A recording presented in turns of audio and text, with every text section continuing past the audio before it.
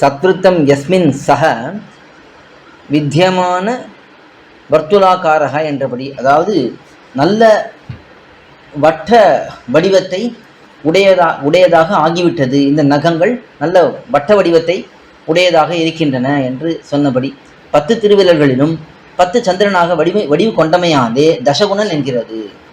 10 மடங்குன்னா தசகுணன்னா 10 மடங்கு. 10 திருவிரல்களிலும் இந்த சந்திரனானவன் நகங்களைப் போல வந்திருக்கிறான். அதனாலே 10 மடங்கு ஆகிவிட்டான் என்பது தெரிகிறது. தசகுணன் என்கிறது. நகத்வாவஸ்தையிலே பூர்த்திக்கு குறை இல்லாமையாலே புஷ்கலன் என்கிறது. சந்திரனாக இருக்கும் பொழுது பூர்த்திக்கு குறை இருக்கு. கலை வடிவிலே இருக்கிறான், ஒரு கலையாக இருக்கிறான், 2 கலையாக இருக்கிறான், அப்படி இருக்கு. ஆனா நகங்களுடைய வடிவிலே இருக்கும் பொழுது அப்படிப்பட்ட அந்த பூர்த்திக்கு குறையே இல்லை. அதனாலே புஷ்கலன் என்கிறது. மத்திய களங்கமும் உள்ளது ஆகாசஸ்த சந்திரனுக்கே ஆகையாலும் நகச்சந்திரனுக்கு அப்படிப்பட்ட களங்கம் இருக்க பிரசக்தி இல்லாமையாலும் நிஷ்கலங்கன் என்கிறது. அதுக்கு மேலே எம்பெருமான் நிஷ்கலங்கனாக இருக்கிறான். சந்திரன் இங்கே நிஷ்கலங்கனாக இருக்கிறான். எப்படி? மத்திய களங்கம் உள்ளது, நடுவிலே அந்த சந்திரனுடைய நடுவிலே களங்கம் உள்ளது. எப்பொழுது என்றால் ஆகாசஸ்த சந்திரனுக்கே, ஆகாசத்திலே இருக்கக்கூடிய ஆகாசஸ்தான்னா அதிலே ஸ்திரமாக இருப்பவன் அர்த்தம். இப்போ அந்த சந்திரனுக்கே ஆகையாலும் அவனுக்குத்தான் அந்த அழுக்கு இருக்கும். நகச்சந்திரனுக்கு அப்படிப்பட்ட களங்கம் இருக்க பிரசக்தி இல்லாமையாலும் நிஷ்கலங்கன் என்கிறது. இந்த நகச்சந்திரனுக்கு அப்படிப்பட்ட ஒரு களங்கம் இருப்பதற்கு வாய்ப்பே இல்லை. அதனாலே அவனை நிஷ்கலங்கன் என்றே சொல்லப்படுகிறான். பூர்வார்த்தத்திலே சகாங்கக என்றதுக்கு பிரதித்வந்துவியாக இங்கே நிஷ்கலங்க என்றும், இப்போ முன்னாடி பூர்வார்த்தத்திலே சொன்னதுக்கு எதிரெதிர் வார்த்தைகளாக இங்கே காட்டப்படுகின்றன. அங்கே பூர்வார்த்தத்திலே சகாங்கக என்று சொன்னார், அதாவது தோஷத்தோட கூடியிருக்கிறான் என்று பார்த்தோம். அதுக்கு பிரதியான வார்த்தைகள் தான் இங்கே காணப்படுறது. நிஷ்கலங்கக, இங்கே களங்கமே இல்லை என்ற நிலையை அடைந்து விட்டான் என்றும். அதுக்கு மேலே விகலகா என்றதற்கு பிரதிபட்டமாக தசகுணக என்றும், விகலகன குறைபாடு உள்ளவன் என்று முதல் பாதியிலே காட்டப்பட்டது. இப்பொழுது அவனே மிகப்பெரிய ஒரு அழகான உருவத்தை, வட்ட வடிவத்தை உடையவனாக இருக்கிறான் என்பதற்கு விளக்கமாக, என்றதற்கு பிரதிபட்டமாக தசகுணக என்று சொல்லப்படுகிறான். 10 மடங்கு வடிவை உடையவன்.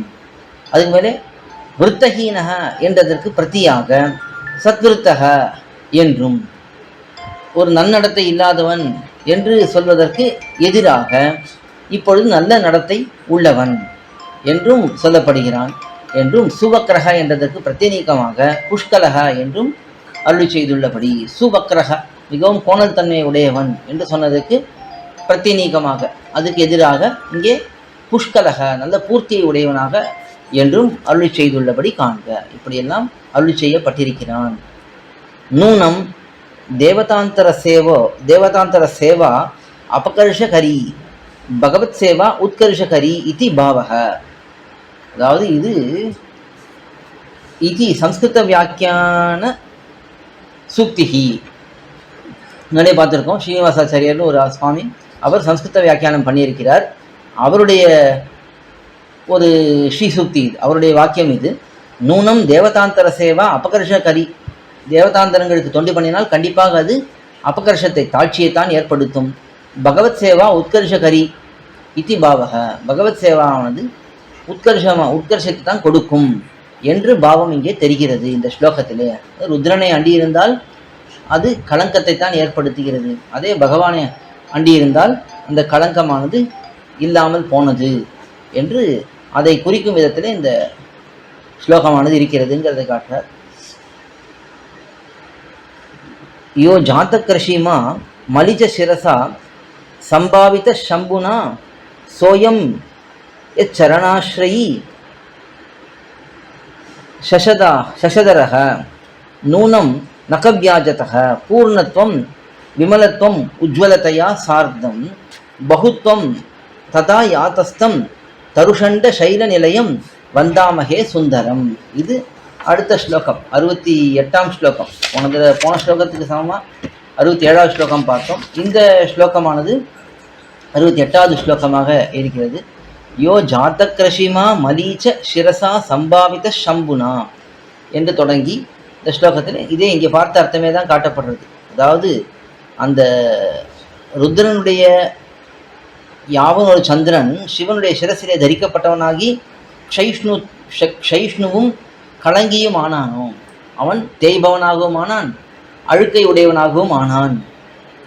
அவனே இப்பொழுது நல்ல பூர்ணனாக இருக்கிறான், நிஷ்கலங்கனாக இருக்கிறான் என்று சொல்லும்படிக்கு இந்த திருமாலிருஞ்சோலை அழகரை வணங்குகிறோம், அப்படி ஏற்படுத்தி கொடுத்த எம்பெருமானை வணங்குகிறோம் என்று அந்த ஸ்லோகத்திலே இதே அர்த்தம் காட்டப்பட்டது.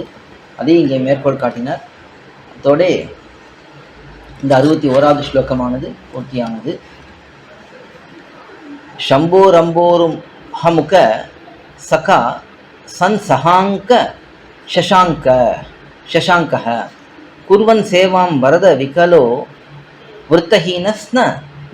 वृत्तहीनः सुवक्रः त्वत्पादाब्जे प्रियमक नकश्चद्मनाश्रित्य नित्यं सद्विरुद्धो भूत् सच दशगुणः पुष्कलो निष्कलङ्कः என்று இந்த 61வது ஸ்லோகம்.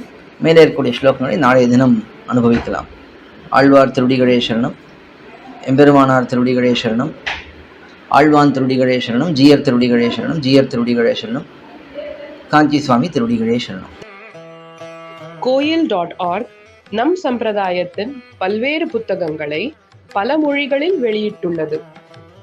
சம்பிரதாய அடிப்படை விஷயங்கள் முதல் ஆழ்ந்த அர்த்தங்கள் வரை உள்ளடக்கிய பல புத்தகங்கள் books.coil.org வலைத்தளத்தில் உள்ளன. இப்புத்தகங்களை வாங்க coil.org@gmail.com மூலமாகவோ அல்லது வாட்ஸ்அப் எண்கள் 8220151966 அல்லது 9600595273 மூலமாகவோ தொடர்பு கொள்ளலாம்.